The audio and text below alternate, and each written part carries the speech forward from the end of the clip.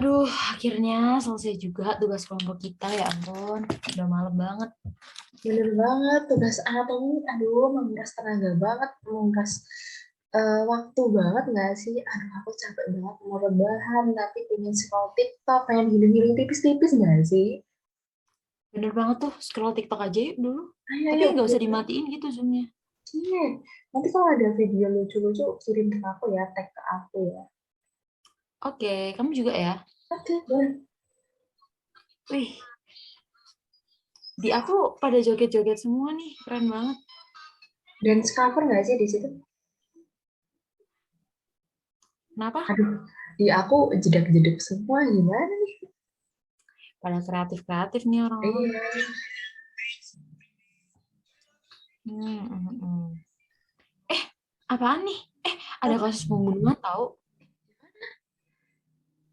Ada nggak di kamu? Coba deh beranda kamu cek deh. Ya aku komennya Dari udah rame tadi banget. jedak-jeduk semua, gimana ya? Beneran pembunuhan di Jogja. Iya, di Jogja.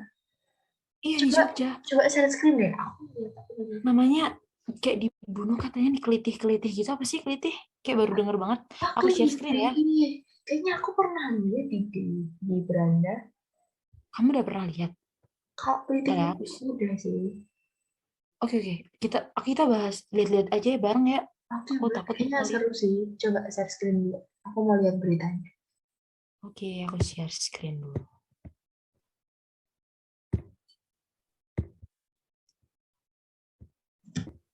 Kelihatan nggak? Oke, kelihatan kok. Oke, aku play dulu ya. Boleh, boleh.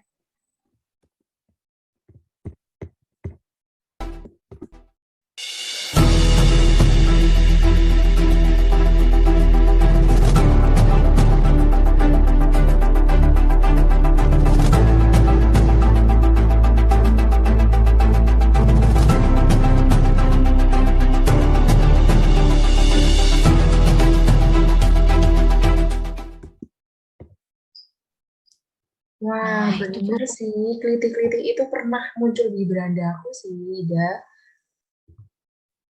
Tuh kan aku baru-baru ini sih muncul. Oh Ya iya, kan? kita ngobrol tentang kelitih kayaknya seru sih di kelitih.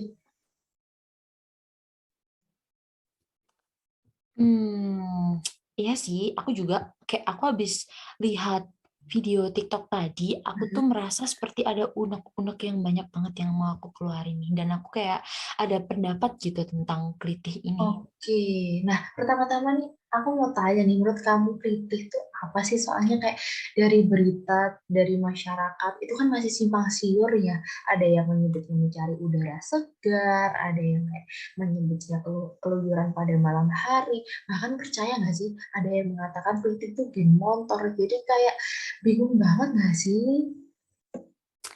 Dari yang di video TikTok tadi sih katanya sih geng motor, tapi ini ya kita nggak boleh ini apa menelan mentah-mentah gitu nggak sih? Soalnya aku juga bukan orang asli dan bukan orang yang mengalami langsung kejadian itu gitu di Jogja gitu. Jangan sampai ya. Nah, aku pernah dengar awalnya tuh kritik tuh kayak masih maknanya tuh masih positif gitu kayak menggambarkan seseorang mengisi waktu luangnya gitu. Tapi kayak seiring berjalannya waktu sampai 2022 ini istilah kritik ini kayak berubah nih jadi kayak sebuah tindak kejahatan dengan kayak menyerang seseorang dengan secara acak gitu. Kayak tindakan ini masuk kriminalitas nggak sih? Terus anarkis gitu nggak sih, Dek? Menurut kamu gimana? Iya sih, kalau tindakan ini itu termasuk kriminalitas, aku setuju banget. Soalnya kan udah kebukti ya di TikTok ini tadi, di video TikTok ini tadi, yaitu adanya korban jiwa yang diduga karena ulah kelitih. Padahal tahu nggak sih korbannya? Korbannya yang almarhum Dava tadi itu seorang anak anggota DPRD Kebumen, bayangin. Nama lengkapnya tuh almarhum Dava Adzin Albasid, usianya 18 tahun. Oh Bayangin masih iya, 18 tahun. masih 18 tahun. Kayak, ya ampun, cari makan sahur bisa kena kritik loh. Kayak, merinding banget. Padahal kayak kelihatannya kayak anaknya nggak salah, nggak sih? Cuma makan sahur. Terus tiba-tiba kayak kena kritik sampai meninggal. Ya ampun, kasihan banget loh. Ya sih, kalau dilihat dari sudut pandang ini, kayaknya ya emang pelaku pembunuhan yang salah. Cuman kayaknya kita juga nggak boleh ini juga deh, nggak boleh tebak-tebak. Kita aku bacain kronologinya aja ya. Jadi Oke. tuh eh, katanya tuh dia kan keluar nih sama teman-temannya kayak kelompok gengnya gitu untuk cari makan buat sahur. Kira-kira dia tuh katanya keluarnya jam 2 lebih 10-an gitulah di dini hari. Nah, kalau dia tuh sendiri atau sama temennya? Kalau sendiri kan emang kayak rawan banget nggak sih? Iya, dia tuh sama teman-temannya nggak sendiri gitu. Jadi menurut sumber yang aku baca dari Detik Edu tuh almarhum Dava ini tuh keluar sama kelompoknya. Nah, waktu udah diparkir di kayak dia parkir gitu di parkiran kayak bukan Mm-mm. parkiran sih kayak mungkin kayak jalan gitu ya kayak trotoar di pinggir jalan kayak ada lahan buat parkir gitu mereka akhirnya parkir di situ terus kira-kira 50 sampai 100 meteran itu mereka itu ada nemu warung gitu jadi di situ mereka mau makan bareng nih rencananya untuk sahur. Nah, kondisinya di sini tuh ada yang masih parkirin sepeda, terus kemudian ada yang udah makan, terus ada juga yang masih pesan makan. Nah, terus waktu mereka lagi melakukan kegiatan-kegiatan itu ya, itu ada 2 motor yang digunakan oleh 5 orang. Jadi kayak mungkin ada yang ngebonceng 3 lah ya salah satunya. Terus mereka itu kayak ngejek gitu loh, kayak ngegas-ngegas. Apa sih istilahnya zaman sekarang? Blayer nggak sih? Iya Oh nggak iya sih? ya, kayak blayer-blayer gitu. Iya, kayak ngegas-ngegas motor nadanya ngejek gitu loh. Terus kalau misalnya anak laki-laki nih ya, kalau digituin kayak merasa, ih, aku ditantang gitu kan ya. Akhirnya kelompok Dava ini nggak terima kali gitu ya. Mereka nggak terima, akhirnya kelompok almarhum Dava ini ngejar tuh, ngejar 2 motor tadi. Nah, yang ngejar ini dari kelompoknya Dava, almarhum Dava itu ada 4 motor. Ih, ngeri banget ya kan anak muda zaman sekarang kayak pergaulannya aduh ngeri banget. Merinding aku. Iya, ngeri banget. Aku juga kaget gitu ya. Di player aja langsung kayak, wah, emosinya langsung meletup-letup. Nah, nih aku ada yang lebih ngeri lagi nih. Jadi, ketika kelompok almarhum Dafani ngejar 2 motor tadi tuh, 2 motor yang dikejar itu putar balik loh. Terus, mereka tuh nggak putar balik doang gitu. Tapi, mereka itu melancarkan serangan.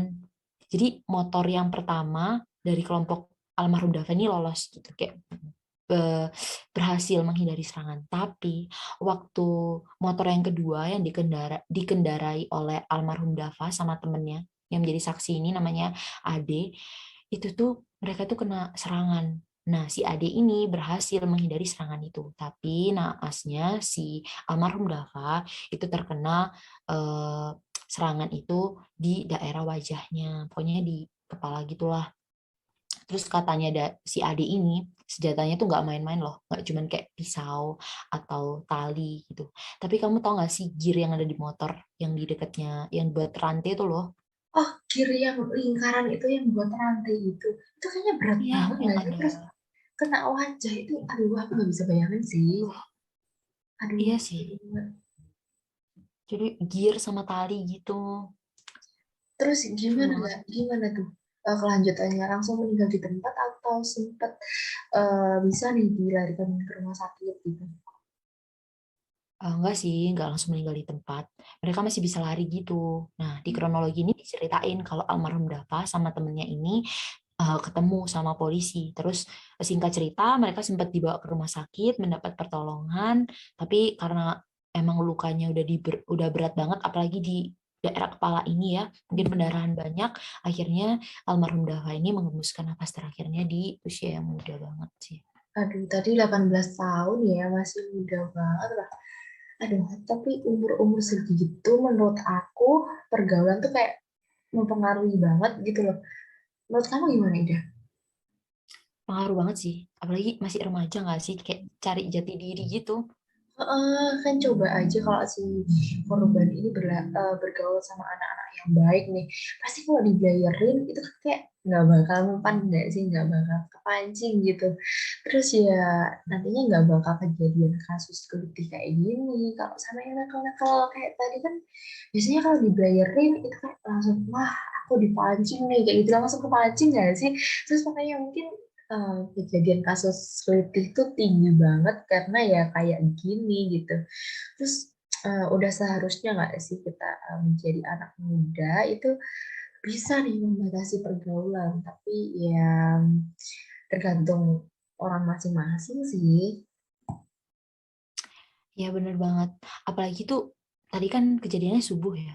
Hmm. Kalau zaman sekarang tuh kalau pulang subuh tuh udah menjadi lifestyle anak muda nggak sih? Kayak kan kalau orang-orang dulu jam 9 tuh udah kayak aduh gimana nih kalau dimarahin mama gitu. Tapi kalau sekarang jam 9 kayak ih masih sore gitu. Bener banget. Kalau misalnya dia nggak keluar sampai jam segitu ya, nggak bakal deh kayaknya kejadian kelitih gitu. Apalagi itu kondisinya kan udah mau sahur ya, which is itu kayak tengah malam nggak sih, di hari gitu.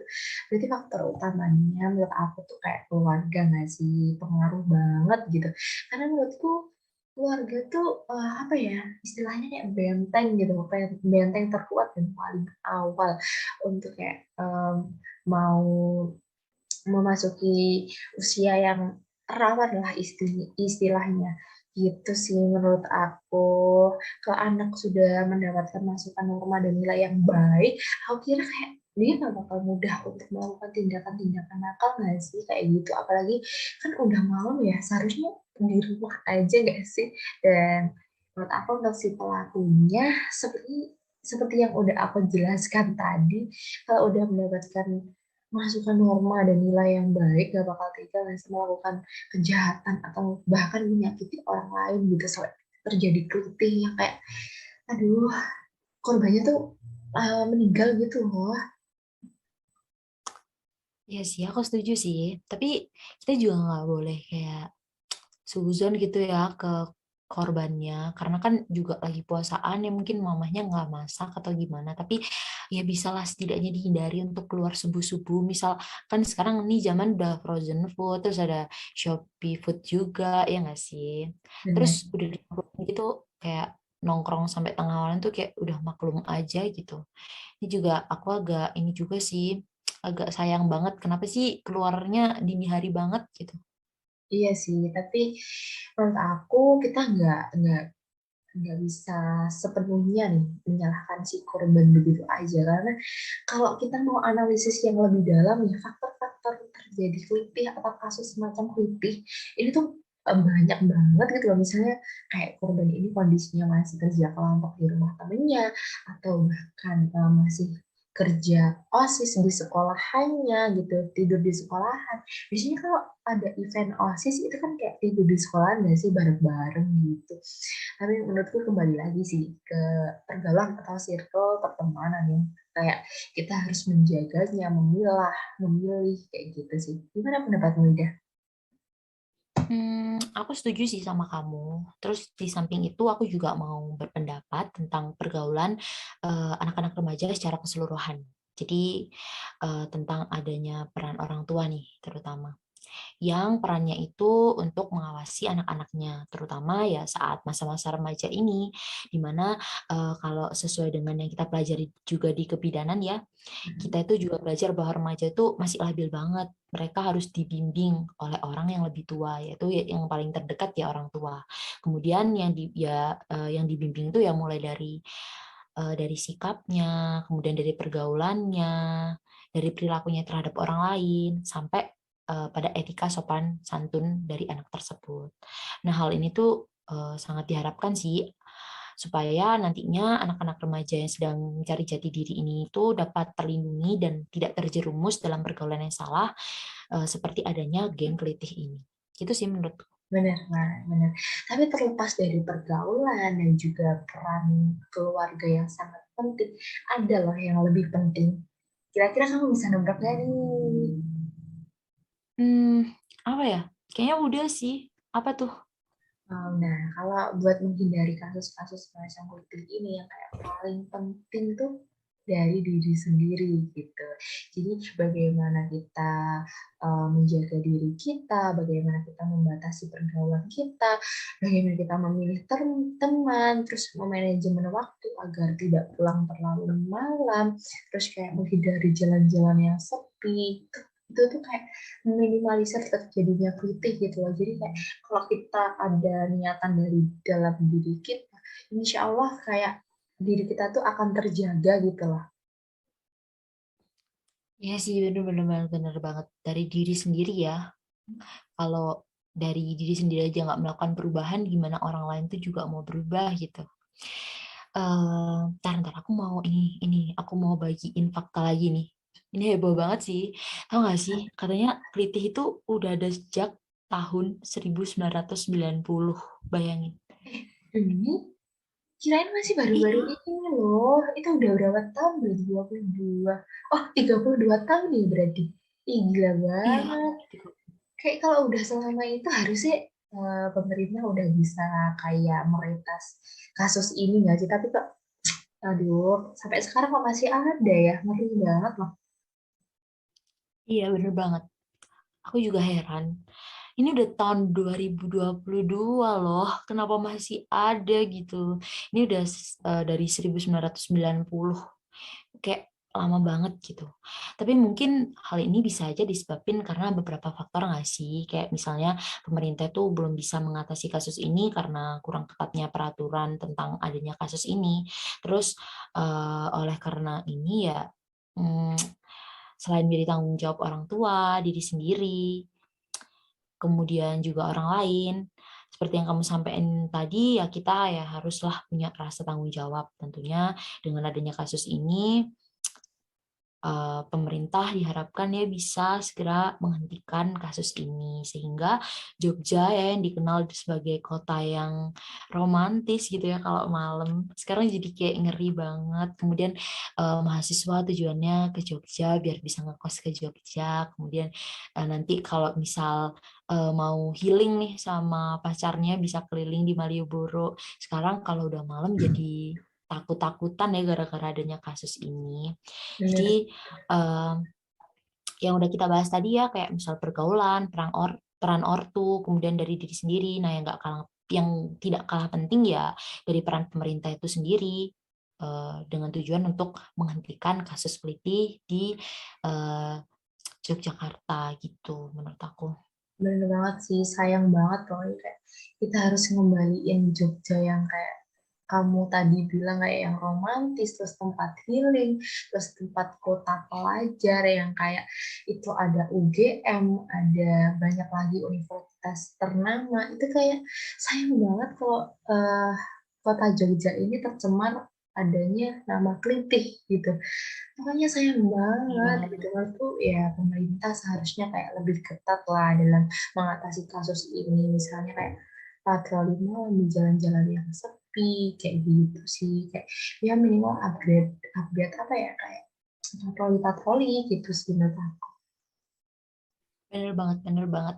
Nah, nanti nih, kalau insya Allah nanti pemerintah bisa segera meretas dan membersihkan kasus kelitih ini, harapan aku buat anak-anak di geng kelitih nanti yang terlibat dalam aksi ini, itu nggak hanya ditangkap, kemudian dihukum, dipidana, terus dipenjara gitu aja. Tapi kayak mereka tuh perlu diberikan pendampingan gitu. Karena mereka kan masih remaja ya, masih labil, masih cari jati dirinya, dan mereka merasa kalau karena pergaulannya juga di sekitarnya juga mohon maaf buruk gitu ya. Kemudian mereka itu ikut geng kelitih, mereka kayak, wih, aku keren nih se Indonesia udah gitu kan. Kayak mereka, aku kalau misal nyalakain orang, aku keren nih gitu. Menurut mereka kan kayak gitu ya. Jadi perlu banget nih pendampingan. Nah, misalnya dengan minimal memberikan bimbingan konseling dengan bantuan dari tenaga ahli, misal dari psikolog. Kemudian dari polisi ini sebaiknya melakukan razia juga nih ke senjata-senjata yang mereka gunakan. Jadi nanti itu ketika mereka udah insya Allah udah baik gitu ya, udah bisa pulang, mereka keinginan-keinginan untuk melakukan hal yang salah itu lagi tuh udah nggak ada gitu. Soalnya senjata-senjatanya udah dirazia semua. Setelah itu diharapkan juga pemerintah ini juga memberikan fasilitas bagi mereka untuk memperoleh pendidikan. Kemudian memberikan sanksi yang mampu mengubah mereka, misal dengan menempatkan mereka di pusat rehabilitasi anak atau yang lain gitu. Iya bener banget sih kalau misalnya terus-terusan di penjara itu kan kayak nantinya malah akan membuat mereka yang masih remaja itu bukannya kapok tapi malah kayak merasa keren banget wah aku mantan napi kayak gitu nggak sih terus cenderung akan mengulangi perbuatannya lagi di kemudian hari terus dengan adanya tindakan seperti tadi tentunya dapat kayak mengubah jalan pikiran mereka nggak sih dari hari ke hari gitu masih ide. Iya, bener banget. Maksud aku juga gitu loh. Soalnya banyak nggak sih dampaknya kalau nggak segera diakhiri kasus ini?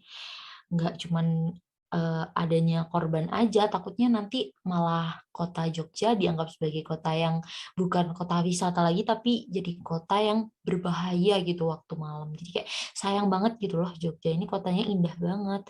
Kemudian dengan tidak adanya kesadaran dalam diri sendiri dan orang lain, akan pentingnya penanganan kasus ini juga bakal bakal susah gitu untuk menghentikan kasus ini. Jadi perlu juga nih kesadaran dalam diri sendiri, kemudian orang lain, kemudian peran pemerintah, peran orang tua, kayak semuanya itu ambil peran yang penting gitu dalam penanganan kasus ini. Benar banget.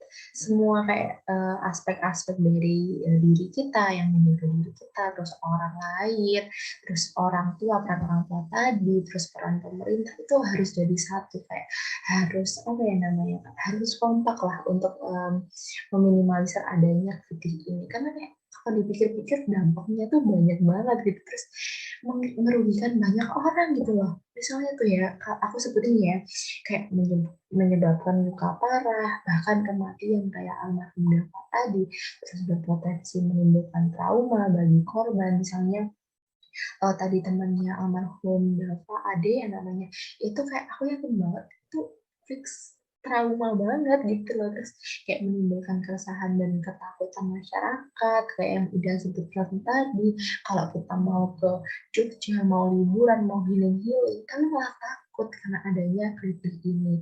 Terus untuk si pelaku ini kayak mencemari nama baik sekolah itu nggak sih, kalau misal pelakunya udah ditemukan, oh ini SMP ini, itu kan kayak malah mencemari nama baik sekolah nggak sih?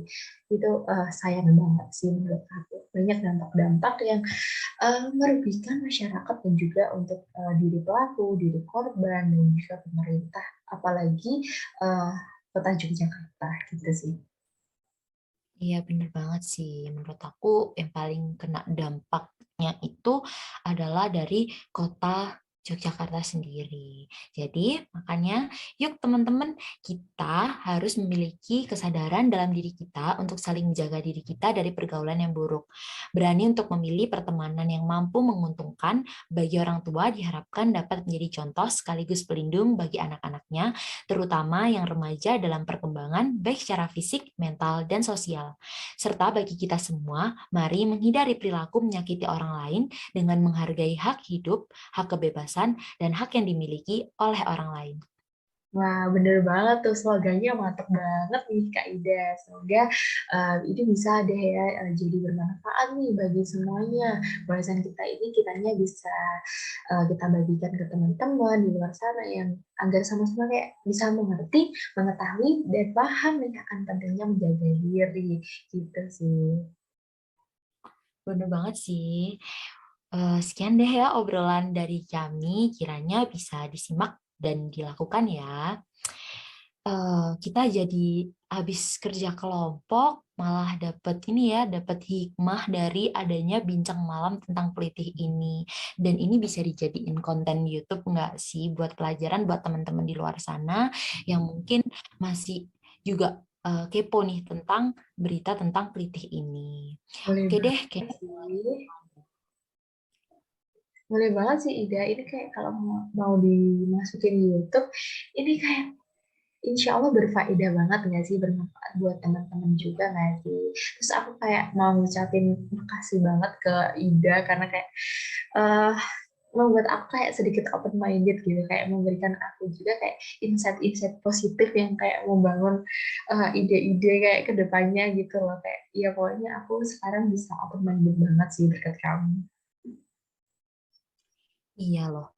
Ini baru udah tengah malam banget loh. Ini aku lihat jamnya. Tapi kayak Giovanni mau nemenin aku buat bincang-bincang yang berfaedah banget tentang kelitih ini. Makasih banyak loh ya.